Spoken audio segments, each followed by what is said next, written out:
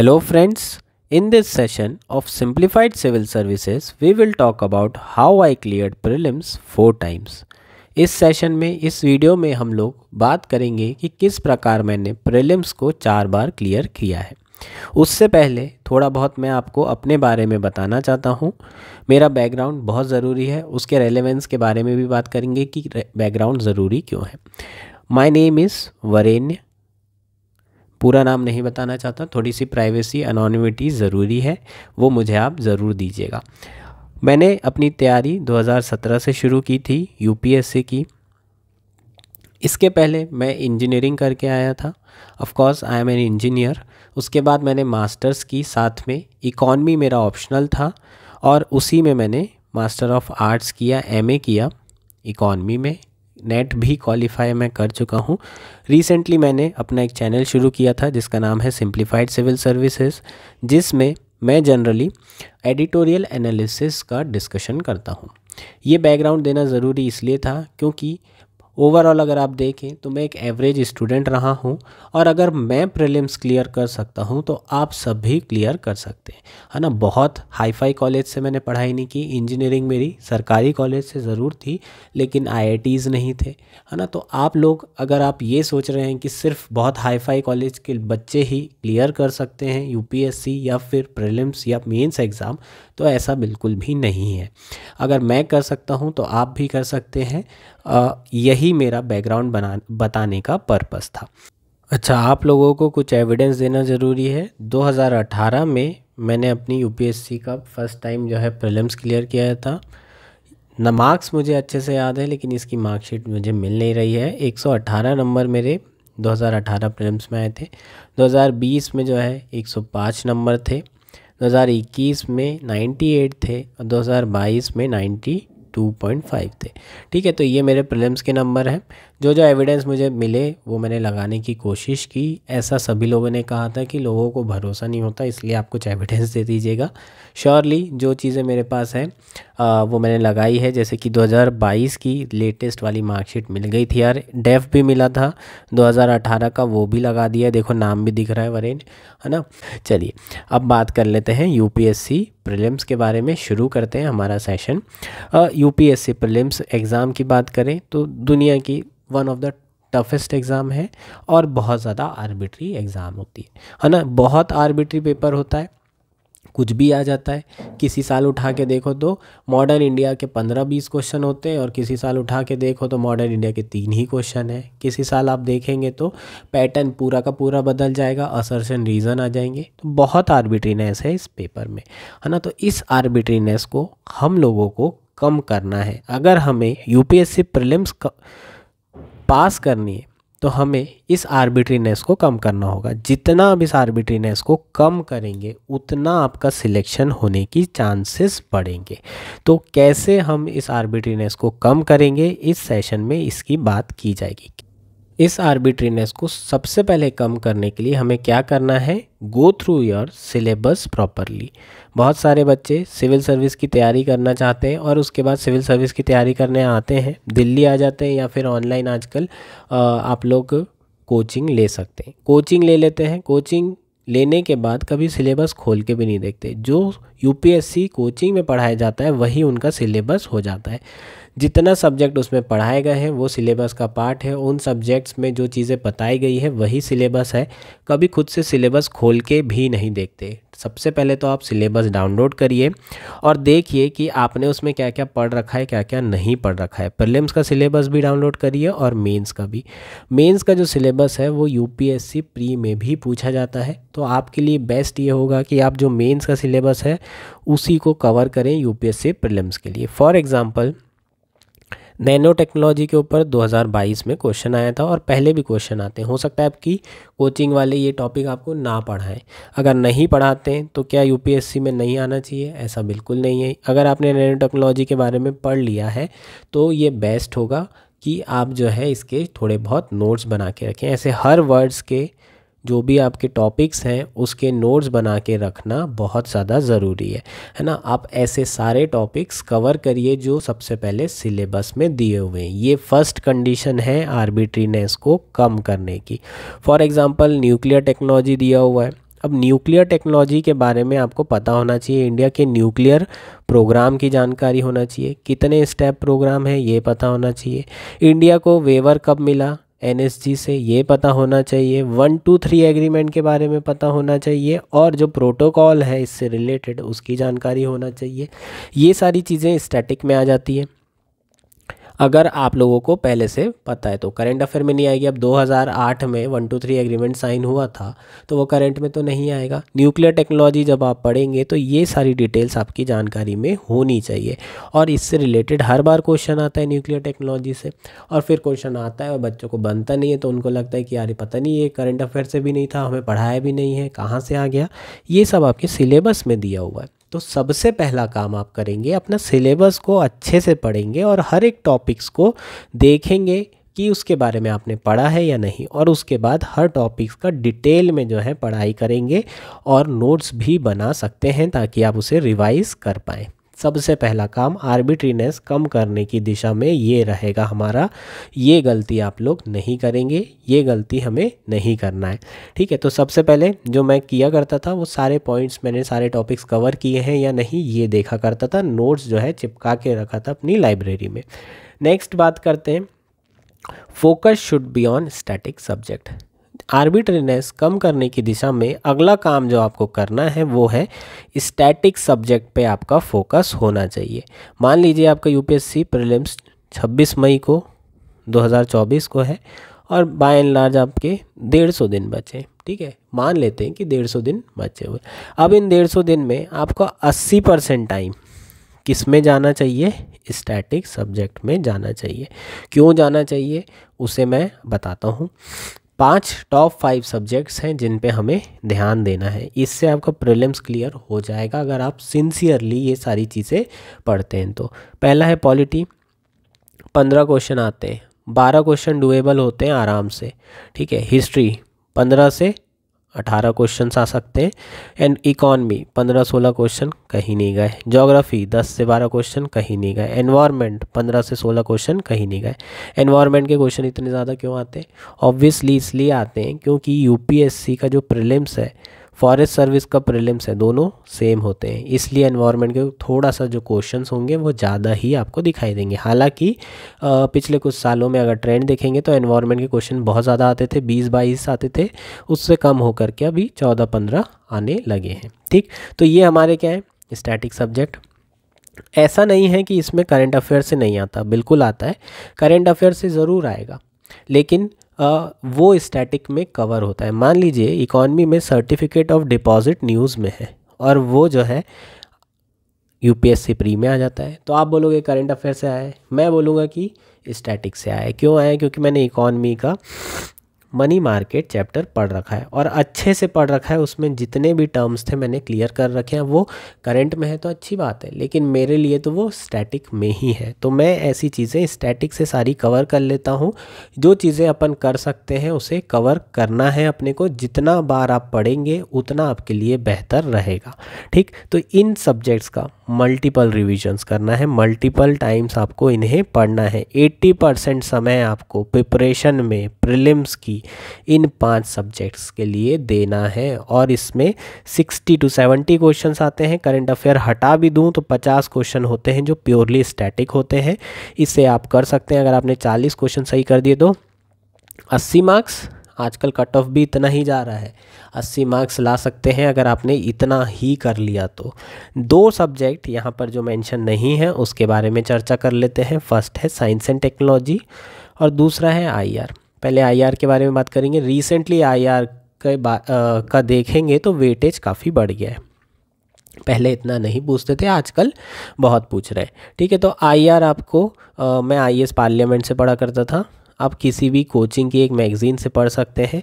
जैसे कि कुछ क्वेश्चंस होते हैं, आते ही आते हैं। एक यूएन बॉडी हमेशा आती है ना, इंडिया कौन कौन से बॉडी का, रीजन का, ब्लॉक का मेंबर है, ये सारी चीज़ें आती हैं। स्टैटिक पोर्शन है ये भी, आप इसे कवर करेंगे। प्लस कुछ करंट अफेयर वाली चीज़ें आती है, आजकल प्लेसेस इन न्यूज़ बहुत आ रहा है, ये सारी चीज़ें भी आपको कवर करनी है। एक बुक आपके लिए सफिशिएंट है, किसी भी कोचिंग की उठा सकते हैं, है ना। तो current affair based question generally इसमें आईआर में पूछे जाते हैं। साइंस एंड टेक्नोलॉजी में भी करंट अफेयर बेस्ड क्वेश्चन आते हैं, कुछ टॉपिक को हटा दिया जाए तो। जैसे कि मैंने अभी ऊपर मेंशन किया था, nano technology, nuclear technology, biotechnology, ये आपको कोचिंग में पढ़ाया जाता है तो अच्छी बात है। ये थोड़ा सा स्टैटिक टॉपिक है। इसके अलावा अगर देखें तो करंट अफेयर बेस्ड ही क्वेश्चन आते हैं आपको यूपीएससी में। एक क्वेश्चन इसरो से रिलेटेड आएगा, कोई ना कोई मिशन आएगा इसरो का, मिसाइल से रिलेटेड, डिफेंस से रिलेटेड एक क्वेश्चन आपको ज़रूर पूछता है, एक क्वेश्चन हेल्थ वाला पूछता है, वैक्सीन वाला पूछता है, डिसीज़ वाला पूछता है। इस तरीके से अलग अलग डिवीजन कर सकते हैं आप साइंस एंड टेक्नोलॉजी में। एक इंडस्ट्रियल रिवॉल्यूशन वाली टेक्नोलॉजी आ जाएगी, कभी IoT आ जाएगा, इंटरनेट ऑफ थिंग्स, या फिर आपको आर्टिफिशियल इंटेलिजेंस आ सकता है, या फिर अदर थिंग्स आ सकती है ना, क्रिप्टो करेंसी वगैरह से रिलेटेड चीज़ें भी आपको साइंस एंड टेक्नोलॉजी में आने वाले समय में पूछी जा सकती है। ठीक, तो ये हमारा साइंस एंड टेक्नोलॉजी हो जाएगा। ये भी करंट अफेयर से ज़्यादा आता है, इसके लिए भी आप कोई एक मैगज़ीन उठा के पढ़ सकते हैं, वो बेस्ट रहेगा आपके लिए, है ना। अगर आपको कोचिंग में बहुत अच्छा पढ़ा है तो आप वहाँ से भी पढ़ सकते हैं, लेकिन मैं generally current affair based he science and technology किया करता था। प्लस मैंने 9th और 10th की NCERT पढ़ रखी थी, तो मेरे बेसिक्स जो है साइंस एंड टेक्नोलॉजी के कवर थे। जो जनरल साइंस आजकल पूछी जा रही है, पहले तो बिल्कुल नहीं पूछते थे, आजकल पूछी जा रही है, तो एक बायो का क्वेश्चन हमेशा आता है, जैसे कि प्लांट सेल, एनिमल सेल में डिफरेंस क्या है। इस तरह के आसान क्वेश्चन आप कर सकते हैं अगर आपने 9th 10th की NCERT पढ़ रखी है, और मैंने पढ़ी भी थी और थोड़े नोट्स भी बना लिए थे, है ना। नोट्स बनाने में बड़ा बिलीव करता था, नोट्स बना के रखो, आपको रिविज़न करने में आसानी होती है, कम समय लगता है। तो ये हमारा क्या हो जाएगा, मोस्ट इम्पॉर्टेंट पॉइंट हो जाएगा। सेकंड पॉइंट हो जाएगा, कुछ जो स्टैटिक सब्जेक्ट्स पढ़ने के सोर्सेज हैं वो मैंने लिख दिए हैं। ये सोर्सेज इम्पॉर्टेंट हैं आपके लिए। इन्हीं सोर्स को, है ना, जो भी आप सोर्स लेना चाहते हैं, ये हो या फिर जो भी आप जिससे भी आप पढ़ रहे हैं, उसको रिपीटेशन में पढ़ना है। सोर्स डिसाइड करिए और फिर पढ़ते जाइए उसी को, है ना। सोर्स कैसे डिसाइड करेंगे, पहले सोर्स पढ़ेंगे, फिर PYQ करेंगे, और PYQ अपने को 80% बन रहा है तो आपका जो सोर्स है वो बहुत बढ़िया है। ठीक है, आपके स्टैटिक पोर्शन की बात कर रहा हूँ मैं, करंट अफेयर की बात नहीं कर रहा हूँ। ठीक, तो स्टैटिक पोर्शन आपने सोर्स से पढ़ा, जिससे PYQ किया, आपको 80% क्वेश्चन बने, ये आपका सोर्स हो गया। अब आपको इसी को पढ़ना है रिपीटेशन में। ठीक है, अब सोर्स नहीं बदलेंगे, हर साल सोर्स नहीं बदलेंगे, एक ही चीज़ों को बार बार, एक ही किताब को बार बार पढ़ना है अपने को, ताकि अपने को पेज नंबर भी ध्यान रहे, कौन सी चीज़ सामने लिखी गई है, कौन सी बाद में। हिस्ट्री में कई बार ऐसे क्वेश्चन आए हैं, क्रोनोलॉजी ऑर्डर पूछा गया है, मुझे ऐसे याद रहते थे कि ये शुरू के पेज में है और ये बाद वाले पेज में है ना। कौन सी मंदिर सबसे पुराना है, इस तरह के क्वेश्चंस भी मैंने सॉल्व किए हैं, क्रोनोलॉजिकल ऑर्डर वाले। कैसे किए हैं, जो मैं बुक पढ़ा करता था उसमें जो चीज़ें सामने रहती थी तो वो पहले हुई है, जो बाद में आ रही है वो बाद में हुई है। इससे आपको बहुत हेल्प होती है यूपीएससी में। इस तरीके से आप सवाल जो है कर सकते हैं। मेन चीज़ ये नहीं है कि आप जो है स्टैटिक कौन कितने सोर्स कवर कर रहे हैं, आप जो स्टैटिक पढ़ रहे हैं उसे कितने बार पढ़ रहे हैं, ये इंपॉर्टेंट है। रिवीजन मल्टीपल टाइम्स इंपॉर्टेंट है, एक ही बुक को बार बार पढ़ना है। अब टू कवर स्टैटिक सब्जेक्ट कौन कौन से सोर्सेज हैं, वही सोर्स हैं यार, जो सब पढ़ रहे हैं वही हम भी पढ़ रहे हैं। ठीक, लक्ष्मीकांत पॉलिटी के लिए, अगर आप कोचिंग के नोट्स पढ़ रहे हैं तो कोचिंग के नोट्स भी पढ़ सकते हैं, ऐसा कुछ डिफरेंस नहीं है, पॉलिटी में कुछ बदल नहीं जाएगा। तो जो भी पढ़ रहे हैं उसको पढ़िए, लेकिन उसी को पढ़ना है, बार बार चेंज नहीं करना है। दूसरा, हिस्ट्री के लिए RS शर्मा की NCERT मैंने नोट्स बना के रखे थे। सतीश चंद्रा मिडिवल के लिए शुरुआत में मैं नहीं पढ़ता था, 2017 से 20 तक के मैंने नहीं पढ़ी थी ये, बाद में मुझे पढ़ना पड़ा क्योंकि मिडिवल के 4-5 क्वेश्चन आने लगे थे। पहले मैं सिर्फ एक ही चैप्टर पढ़ता था, विजयनगर एम्पायर, उससे हर बार एक क्वेश्चन आता है। पिछले साल भी आया था, 2022 में भी आया था, 2024 में भी आएगा। ठीक, तो कुछ चीज़ें आपको पढ़नी पड़ती है, आप थोड़ा रिसर्च करेंगे PYQ में तो आपको पता चलेगा कि ये चीज़ें हर बार पूछता है। सतीश चंद्रा आपको पढ़ना है मिडिवल के लिए। बिपिन चंद्रा NCERT है मॉडर्न की, पढ़ना चाहें तो पढ़ सकते हैं, मुझे पसंद थी इसलिए मैं पढ़ता था, और एक क्वेश्चन हमेशा इससे आता है। ऐसा नहीं है कि आप स्पेक्ट्रम पढ़ेंगे तो उससे नहीं आएगा, उससे भी हो जाएगा, लेकिन एक क्वेश्चन आता है। आर्ट एंड कल्चर के लिए फाइन आर्ट्स की NCERT पढ़ता था 11th क्लास की, एक क्वेश्चन इससे भी आता था। फ़ोटो ज़रूर देख के जाना इसमें जो दी हुई है। ठीक है, एक क्वेश्चन चांसेस रहेंगे कि आपको बन जाए। नितिन सिंघानिया के मैंने नोट्स पढ़े, लेकिन आर्ट एंड कल्चर मेरा उतना स्ट्रॉन्ग रहा नहीं है। सिर्फ रॉक कट आर्किटेक्चर अच्छे से पढ़ लेना, इससे एक क्वेश्चन हमेशा आता है, इसको अच्छे से रट लेना। इसके अलावा मॉडर्न के लिए आप स्पेक्ट्रम पढ़ सकते हैं, जितने बार पढ़ेंगे कम है। ठीक है, बार बार पढ़िए स्पेक्ट्रम को, ताकि आपको वो याद रह सके, चीज़ें ध्यान में आ सके। इकॉनमी के लिए मैं श्री राम के नोट्स पढ़ता था, लोग मृणाल पढ़ते हैं, मृणाल भी पढ़ सकते हैं। प्लस मैक्रो की एनसीईआरटी में हमेशा पढ़ के जाता था, 1 क्वेश्चन 2 क्वेश्चन इससे हर बार आता है, हर बार आता है, 100% आता है। प्लीज़ इसको पढ़ के जाइए, आपकी कॉन्सेप्चुअल क्लैरिटी भी रहेगी इस पर्टिकुलर टॉपिक में। नेक्स्ट अगर बात करें ज्योग्राफी की, तो ज्योग्राफी के लिए जो सोर्स था वो था, मैं कोचिंग के नोट्स पढ़ता था। 11th-12th की एनसीईआरटी के मैंने नोट्स बना के रखे थे, कोचिंग के जो नोट्स थे वो भी देखा करता था। और इसके अलावा एक बुक जो है थोड़ा बाद में मैंने पढ़ना शुरू की थी 18-19 में, वो है इंडिया थ्रू मैप्स, प्रेम पटेल की। बड़ी ही आसान सी बुक थी और मज़ा आता था मुझे इसको पढ़ने में।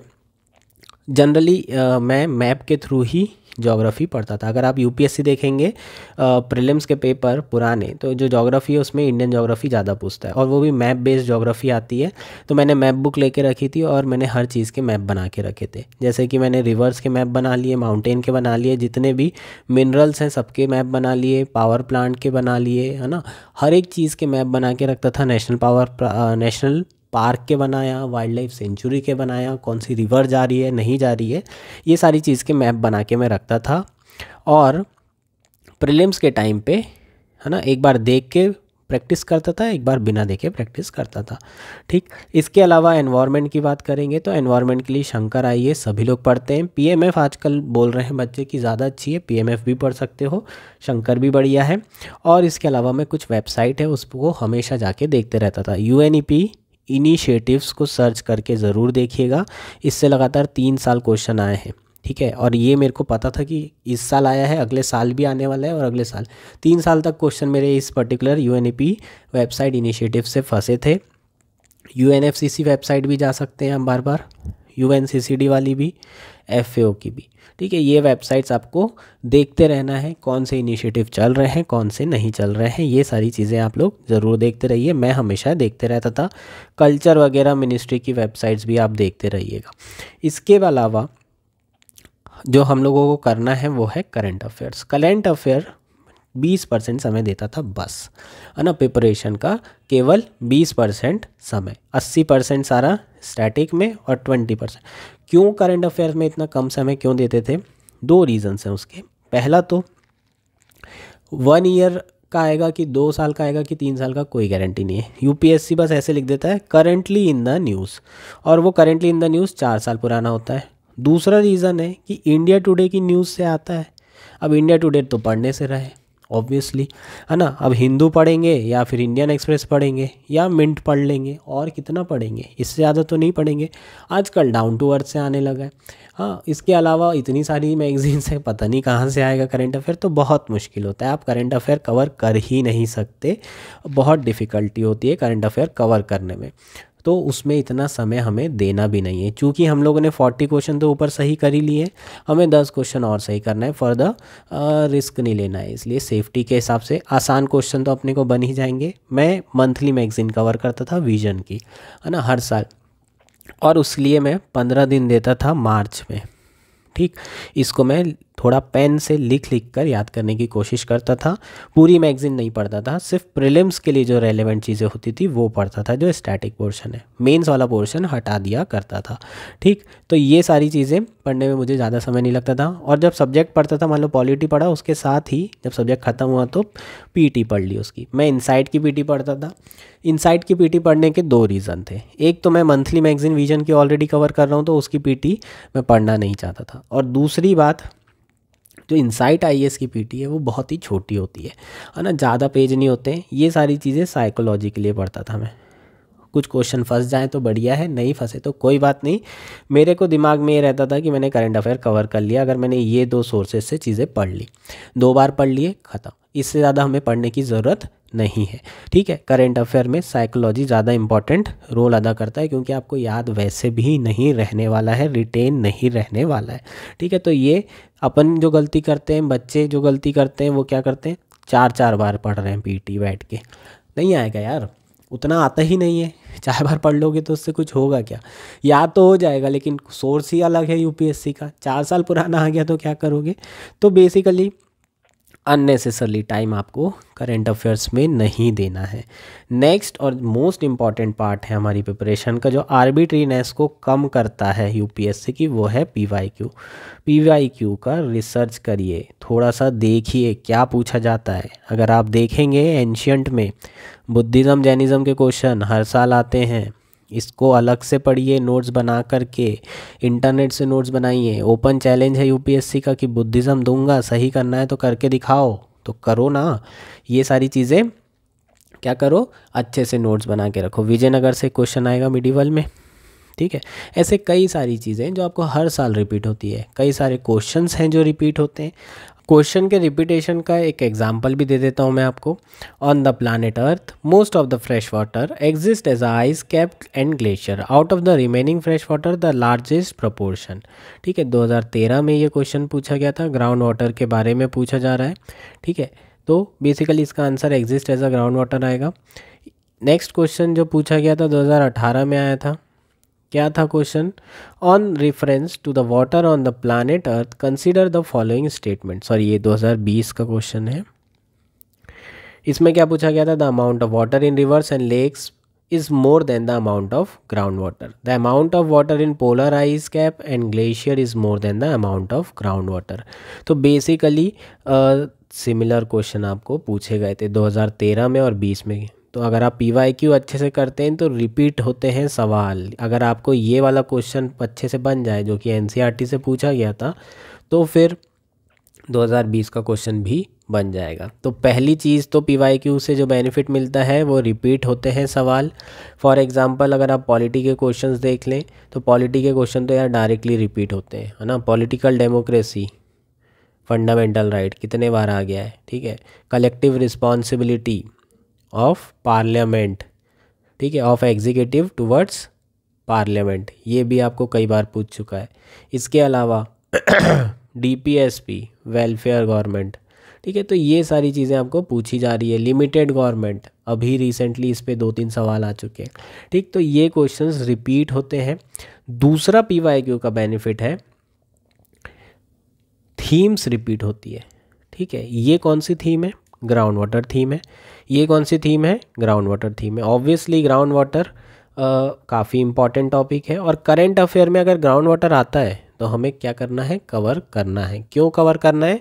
क्योंकि ये आपको पूछा जा सकता है। अब 2022 में जो क्वेश्चन आया था उसे देख लो, ये भी ग्राउंड वाटर थीम के ऊपर आया था। Which of the following has been constituted under the environmental protection act 1986। इसका आंसर जो भी होगा आप लोगों को पता है, ये भी ग्राउंड वाटर थीम पर आया था, ठीक है। तो जो चीज़ें आपको पीवाईक्यू में आ रही हैं, स्टैटिक में आ रही हैं, उसी से रिलेटेड अगर करंट अफेयर्स आते हैं तो आपके लिए आसानी हो जाएगी कि आपको क्या पढ़ना है क्या नहीं पढ़ना है। और ऐसा ही यूपीएससी में होता है। तो आर्बिट्रीनेस को कम करने के लिए हमें पीवाईक्यू पढ़ना है, और पीवाईक्यू जो भी हम करेंगे उसमें देखेंगे कि कौन कौन से क्वेश्चंस आ रहे हैं, कौन कौन सी ऐसी थीम है जो रिपीट हो रही है, और उससे रिलेटेड करंट अफेयर जब भी आता है पकड़ लो उसको, वही क्वेश्चन आपको पूछा जाएगा, उसी से रिलेटेड सवाल आएंगे, है ना। इस तरीके से हम करंट अफेयर की जो आर्बिट्रीनेस है उसको कम कर सकते हैं, ठीक है। नेक्स्ट इंपॉर्टेंट पॉइंट है प्रैक्टिस मॉक टेस्ट। मैं 10 से 15 टेस्ट किया करता था मैक्स टू मैक्स, इससे ज़्यादा मैंने कभी नहीं किए हैं। बहुत सारे बच्चे 50 पेपर करेंगे, 60 करेंगे, इस बार का टारगेट है 100 पेपर करने का। ऐसी बेवकूफ़ी और मूर्खता नहीं करनी चाहिए, आपको इतना समय इसमें नहीं देना चाहिए। मैं मानता हूँ कुछ लोगों की स्टाइल हो सकती है ये करने की, लेकिन पूरी जनता को इस तरीके की चीज़ों से बचना चाहिए, इतना समय बर्बाद नहीं करना चाहिए। क्वेश्चन एक तो रिपीट नहीं होते, रिपीट हो भी जाएंगे तो आपको याद नहीं रहेंगे 100 टेस्ट करने के बाद। आज तक आपने कितने टेस्ट का रिवीजन किया है आप ये बताइए। तो पॉसिबल नहीं है।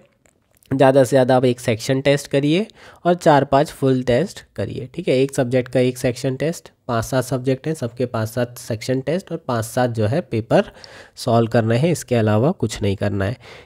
इससे बेहतर क्या है, सिमुलेटेड एनवायरनमेंट में ओपन टेस्ट दीजिए, है ना। मैं हमेशा विजन का अभ्यास दिया करता था, फोरम का ओपन टेस्ट दिया करता था और जाके बैठ करके दिया करता था, और उतने ही स्टेक्स लगा के दिया करता था कि हाँ जैसे ये मेरा प्रीलिम्स का पेपर है, अगर मैं यहाँ पास नहीं हुआ तो हो सकता है कि मैं यूपीएससी भी पास ना हो। इतने प्रेशर में अगर आप सोच करके देंगे तो आपसे गलतियाँ होंगी, और इस एक प्रेशर की आपको आदत होगी।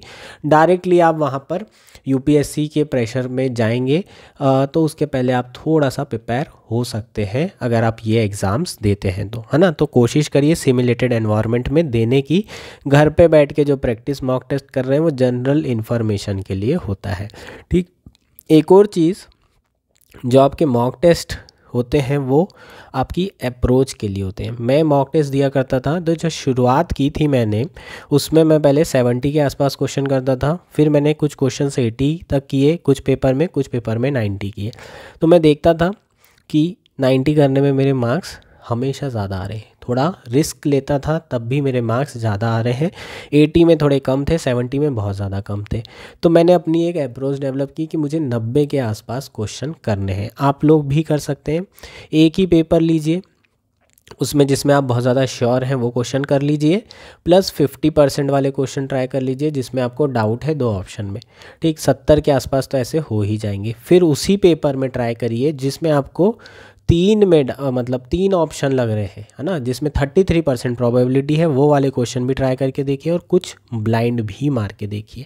ऐसे 3 तरीके से सॉल्व करके देखिए सवाल को, और देखिए कि हर बार आपके नंबर कितने आ रहे हैं। अगर आपके नंबर ज़्यादा अटैम्प्ट करने से ज़्यादा आ रहे हैं तो आपकी अप्रोच जो है क्या होनी चाहिए, यूपीएससी पेपर में ज़्यादा अटैम्प्ट करने वाली होना चाहिए। तो ये जो प्रैक्टिस होते हैं मॉक टेस्ट, ये आपकी अप्रोच डिसाइड करते हैं कि आप किस तरीके से पेपर सॉल्व करेंगे। आपकी अप्रोच आपके अपने हिसाब से होनी चाहिए। फॉर एग्जांपल बहुत सारे लोग बोलते हैं कि मैं पॉलिटी करता हूँ, मुझे इकॉनमी में कंफर्टेबल लगता था तो मैं इकॉनमी उठा के करता था सबसे पहले प्रीलिम्स के पेपर में। क्यों? क्योंकि मुझे कॉन्फिडेंस चाहिए था, इकॉनमी मेरा स्ट्रांग था, तो सबसे पहले इकॉनमी के क्वेश्चन किया करता था। कितने भी कठिन पूछ ले मुझे बन जाते थे, इसलिए मैं इकॉनमी से शुरू करता था। आप चाहें तो हिस्ट्री से करें, आप चाहें तो एनवायरनमेंट से करें, आपको डिसाइड करना है, ठीक है, कि आपके लिए बेस्ट क्या है। यहाँ पर आप लोगों को किसी को कॉपी पेस्ट नहीं करना है। आपके लिए जो सही होगा वो सारी चीज़ें आप इस प्रैक्टिस मॉक टेस्ट से डिसाइड कर सकते हैं, अपनी अप्रोच को डिसाइड कर सकते हैं, ठीक। नेक्स्ट बात करेंगे फोकस ऑन मिसलेनियस टॉपिक। कुछ टॉपिक ऐसे हैं जो मिसलेनियस हैं जिन पे फोकस करने की ज़रूरत है। एमएसपी पे क्वेश्चन हमेशा आता है, ट्राइब्स ऑफ इंडिया पे क्वेश्चन हमेशा आता है, नेशनल पार्क पे आता है, रिपोर्ट्स पे आता है, कमिटीज़ पे आता है, वर्ल्ड मैप अलग से करेंगे, स्कीम्स अलग से करेंगे। ये सारी चीज़ें मैं अलग से पढ़ के जाता था, अलग से नोट्स बना के रखे थे, जिस पे क्वेश्चन हमेशा आते ही आते हैं, रिपीट होते हैं। कुछ थीम्स हैं जिनको मैं हमेशा प्रिपेयर करके रखता था, बुद्धिज़्म, विजयनगर, ये सारी चीज़ें। ऐसे में आप कुछ क्वेश्चन फिक्स कर लेते हैं जो आपके सही होंगे, भले ही कितने भी डिफ़िकल्टी लेवल कर आए, ठीक है। ये आपके लिए बहुत ज़्यादा बेनिफिशियल होगा। नेक्स्ट और मोस्ट इम्पॉर्टेंट पॉइंट क्या है? कंसिस्टेंसी। आपकी जो प्रिपरेशन है उसमें कंसिस्टेंसी सबसे ज़्यादा इंपॉर्टेंट है। 12 घंटे बैठ के पढ़ना ज़रूरी नहीं है, 8 घंटे पढ़िए लेकिन रोज़ पढ़िए। 12 घंटे 2 दिन पढ़ा, 2 दिन पढ़ा ही नहीं, कोई फ़ायदा नहीं होगा, ठीक। तो यूपीएससी जो है मैराथन रेस की तरह है, 100 मीटर की तरह नहीं है, इसलिए ऐसी गलती नहीं करेंगे। कंसिस्टेंटली पढ़ेंगे जितना आप पढ़ सकते हैं, ठीक है। 6 घंटे पढ़ना है 6 घंटे पढ़िए, 7 पढ़ना है 7 पढ़िए, लेकिन कंसिस्टेंसी के साथ पढ़िए। रिवीजन कम से कम 2 बार होना चाहिए, मिनिमम कहा है मैंने 2 बार। 4 बार कर लोगे तो बुरा नहीं लगेगा मुझे, मैं 2 बार रिवीजन करके जाता था मिनिमम, ठीक है। 5 महीने बचे, 2 ही बार कर पाओगे ऐसा मुझे लगता है। 3 बार कर लिए तो बहुत अच्छी आपकी कैपेसिटी है करने की, मिनिमम 2 बार आपका 5 महीने में हो जाएगा। अगर जितना मैंने आपको बताया उतना आप कवर करते हैं तो उतना सारी चीज़ें मैं भी कवर करता था। अब जो बात करूँगा मैं वो काफ़ी इंपॉर्टेंट चीज़ें हैं जो आपके प्रीलिम्स में पास करने में आपको मदद मिलेगी, ठीक। क्या है? Trust yourself and your first intuitions या फीलिंग। हमेशा खुद पे भरोसा करिए, है ना, अपनी पहली फीलिंग पे भरोसा करिए। 90% बच्चे, है ना, 4, 5, 6, 7, 8 ऐसे क्वेश्चंस, है ना, से रह जाते हैं, ठीक। कुछ लोग 2 नंबर से रह जाएंगे, कुछ 3 नंबर से रह जाएंगे, और फिर रिग्रेट होता है कि यार मैंने ये सोचा था, बाद में ऑप्शन क्यों बदल दिया। अपनी पहली फीलिंग के साथ जाइए और 100% चांसेस हैं कि आपका वो क्वेश्चन सही होगा। अपनी जो आपको फील आ रही है ना, उसके साथ, पहली फीलिंग के साथ ही जाना है, ओवर थिंकिंग नहीं करना है। बहुत सारे बच्चे बहुत कम नंबर से रुकते हैं। अगर वो अपनी पहली फीलिंग के साथ जाएं तो 50% वाले जो क्वेश्चन होते हैं जिसमें 2 ऑप्शन में डाउट होता है, 50% प्रोबेबिलिटी वाले क्वेश्चंस में, वो आपके फेवर में जा सकते हैं। हालांकि बाय एंड लार्ज अगर देखेंगे 50% फेवर वाले जो क्वेश्चन है, उस प्रोबेबिलिटी वाले जो क्वेश्चन है उसमें आधे क्वेश्चन आपके फेवर में जाते हैं और आधे अगेंस्ट में जाते हैं। लेकिन उसके बाद भी बहुत सारे लोगों को ये मलाल ज़रूर रहता है कि हम लोग अगर अपने फर्स्ट इंट्यूशन से जाते तो हमारा हो सकता था। प्लीज़ आप ये करिए। फर्स्ट इंट्यूशन बहुत इंपॉर्टेंट है, अपने ऊपर भरोसा करना बहुत इंपॉर्टेंट है, अपनी फीलिंग के साथ जाना बहुत इंपॉर्टेंट है। नहीं होगा तो कोई बात नहीं, एटलीस्ट रिग्रेट तो नहीं रहेगा। ठीक, मैं हमेशा अपनी फीलिंग के साथ जाता था, जो मुझे फील आती थी वो मैं वही क्वेश्चन किया करता था। ठीक है, वही ऑप्शन मार्क किया करता था। प्लीज़ अपनी फीलिंग के साथ जाएं, ये आपको 100% पास कराएगा। अगर आपने इतनी मेहनत कर ली है तो अपने ऊपर भरोसा करिए, ओवर थिंकिंग मत करिए। ओवर थिंकिंग के कारण बहुत क्वेश्चन हम गलत कर देते हैं। और लास्ट और इम्पॉर्टेंट पॉइंट है, सारी चीज़ें कवर करने के बाद भी सिलेक्शन किस पे डिपेंड करता है? आपकी कामनेस और टेम्परामेंट पे। ठीक, सब कुछ कर लिए लेकिन उसके बाद भी वो 2 घंटे जीएस के पेपर में आप क्या कर रहे हैं उस पे डिपेंड करेगा कि आपका जो पेपर है, आपका जो सिलेक्शन है वो होगा या नहीं होगा, आपका पेपर अच्छा जाएगा या नहीं जाएगा। तो सबसे पहले आपका टेम्परामेंट प्रॉपर होना चाहिए, कामनेस होना चाहिए, प्रॉपर स्लीप लेके जाने की कोशिश करें। हालांकि मेरे साथ भी हुआ यार, नींद नहीं आती है, बहुत मुश्किल होती है, इतना ज़्यादा ओवर थिंकिंग चलती रहती है कि नींद नहीं आती। लेकिन स्टिल आपको काम रहना है, अपना टेम्परामेंट जो है बना के रखना है, प्लस रिस्क टेकिंग एबिलिटी आपकी होना चाहिए। ये मेरे को लगता है कि इम्पॉर्टेंट आस्पेक्ट है। अगर आप 70 ही करते हैं, 70 ही कर रहे हो, 20-25 तो तुम ऐसे ही गलत कर देते हो, तो कहाँ से सिलेक्शन होगा? पहले ही बाहर हो, कम से कम रिस्क लो। तो रिस्क टेकिंग एबिलिटी बहुत ज़्यादा इम्पॉर्टेंट है। थोड़ा रिस्क लेना सीखिए, है ना, चीज़ें अपने फेवर में जाएगी अगर आप रिस्क लेंगे तब। ठीक, और एप्लीकेशन ऑफ माइंड, लॉजिक बहुत ज़रूरी है। बहुत क्वेश्चन लॉजिक से होते हैं यूपीएससी के। अगर आप लॉजिक लगा रहे हैं तो आपको बहुत क्वेश्चन इससे हो सकते हैं। यूपीएससी का पेपर भी इस तरीके से सेट किया जाता है। एबरेशन था 2023 साल। ठीक है, 2023 में थोड़े से फालतू के क्वेश्चन आए थे, थोड़ा पैटर्न भी अजीब सा आ गया था। मुझे लगता है कि ये एबरेशन ईयर ही है। अगले साल होपफुली ऐसा पेपर ना आए, इतना आर्बिट्री पेपर ना आए। मिक्स पेपर आने की संभावना ज़्यादा है 2024 में। ठीक है, जहाँ पर लोग अपना थोड़ा बहुत दिमाग भी लगा सकते हैं, सिर्फ रटी रटाई चीज़ें से आंसर नहीं कर सकते। ठीक, तो एप्लीकेशन ऑफ माइंड, लॉजिक आपको हेल्प करेगा, कामनेस आपको हेल्प करेगी, रिस्क टेकिंग एबिलिटी और वो 2 घंटे, है ना। अगर आप उसमें अपना ध्यान रख रहे हैं, अपने दिमाग को शांत रख रहे हैं, तो 100% आपका सिलेक्शन हो जाएगा। ये चीज़ें आपको हेल्प करेगी। इस तरीके से मैंने प्रीलिम्स पास किया था। होपफुली आपको सारी चीज़ें क्लियर होगी और इस चीज़ों को आप फॉलो भी कर सकते हैं। अगले 5 महीने हैं, बहुत मेहनत करिए, दिलो जान से जो है, ताकत से पढ़ाई करिए। 100% आप ये एग्ज़ाम क्लियर करेंगे। Thank you and enjoy your day.